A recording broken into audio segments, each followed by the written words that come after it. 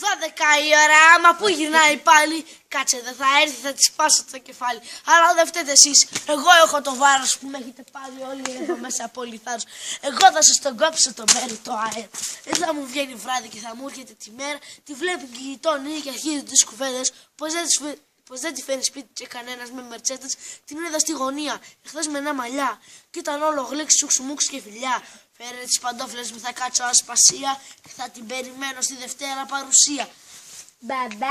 Μπαμπακά. Καλώς την Πέρζικα τη Μόσχα να έρθεμένη. Πού γύρισες κοκόνα μου και σ' αργοπεριμένη. Έλληνες ασκήσεις και πάλι με την Άννα. Κοίτα εδώ που σου μιλώ και μη κοιτάς τη μάνα. Σου σώπη και σώπαινε, εγώ μιλάω τώρα. Για κοίτα το ρολόι σου, πού ήσουν τέτοια ώρα. Εγώ έτσι ανέρθεψα και μου γίνε στον δρόμο. Δεν θέλω λίγες πομπές στο σπίτι το δικό μου. Τσακίζω στο δωμάτιο, εκεί μέσα σε θέλω. Και αύριο καλόγρια μαζί με το Μεντσέλο. Πού είναι το παλικάρι μου, άργησε κι αυτό. Αλλά με καμιά γκόμενα θα είναι άραχτος. Έτσι εμπειρίες να μην είναι του κουτιού. Γιατί αυτός θα γίνει ο κύριος του σπιτιού. Εγώ είμαι ο κύρις. Είσαι κακομοίρης. Είμαι το αφεντικό. Είσαι εξωτικό. Είμαι το κεφάλι.